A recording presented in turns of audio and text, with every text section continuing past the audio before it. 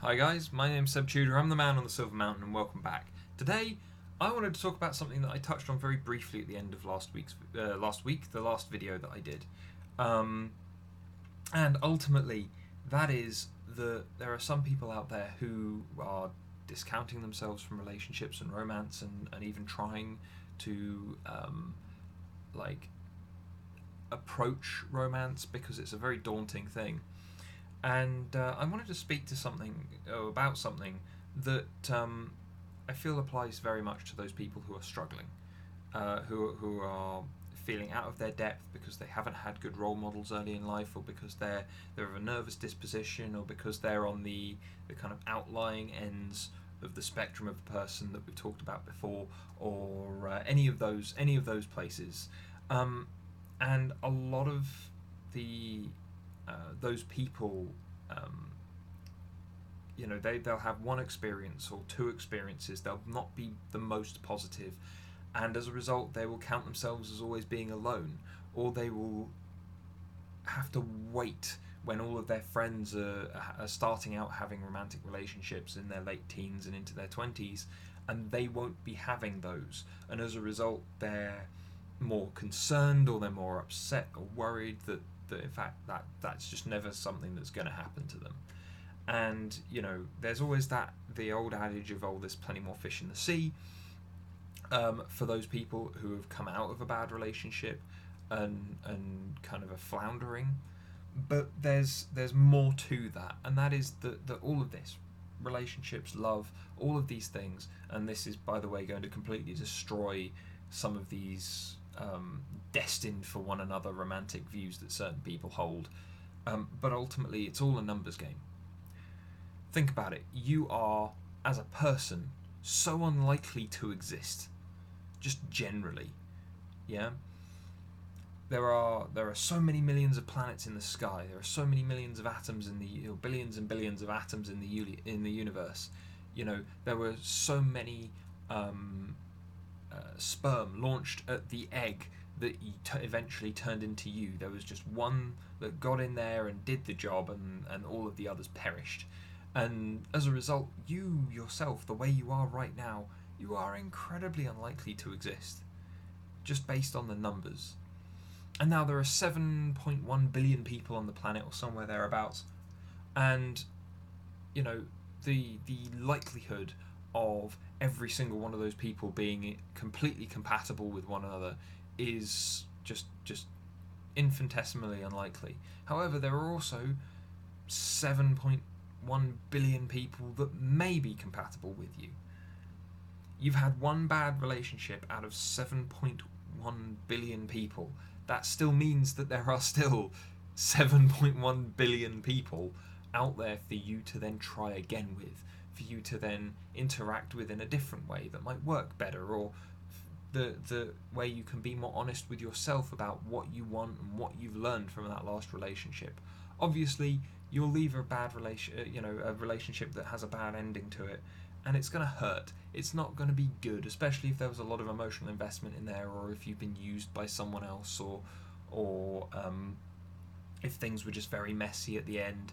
Then that may not be fun, but it's something that you can learn from. It's a learning experience, and as long as you keep in mind that it's just a numbers game, that you are one amongst so many, that there is always going to be trial and error to it. You're never going to fall in love like the first time, and it's hugely unlikely that that's going to work out into something long term that's going to work out perfectly. That's where, if you're willing to work on things, if both parties are willing to work on things, then it doesn't have to be perfect, as long as it works for you two. That's the thing. If you want to work for it, if you want to have those discussions, if you want to make it all work in substantial ways, and take each other's thoughts and opinions and ways of working on board, then you can make something awesome out of it. But the thing is, if it's only one person that's willing to work, then it's not going to work. If neither of you are willing to work, then it's definitely not going to work. And that's where this numbers game comes in, because sometimes you're always going to be willing to work with someone, but not everyone is going to be willing to work with everyone. So it's all about finding that person that you can work with, that person that you want to work with, and having them want to work with you as well. You know, as said, perfection is nonsense that doesn't exist. And so the way to handle this is it's all just big numbers and you're a small one. You are always outnumbered in these situations, so keep trying. You know, you're not going to manage to find out what you want or how you want without trial and error. And so that a lot of that trial and error is going to be in just having those relationships, having those experiences, and moving forward, learning from them and developing. And so, you know, in kind of closing, the thing that I want to say is don't give up. You know, it's very easy for people to want to give up because of one bad relationship, because of being lonely for so long, because of self-doubt and all those kind of things. Just simply put, don't give up. It's a numbers game. You've got so many different chances. You've got 7.1 billion chances to get it right, potentially. In which case, go and do that. You know, even if you're only going to cut the population in half and you know, only go for that and be very specific with it, you know, so you can break it down. It's going to take an awfully long list of kind of specific requirements for you to touch on before you would whittle down the huge population that we have on this planet down to such a small number that you wouldn't ever find another person, you know. And so keep it in perspective. Don't give up. You know, take the time that you need. You know, there's no rush. Anyone who tries to putting a relationship down and having kids and settling down and stuff like that as some kind of rite of passage is an idiot.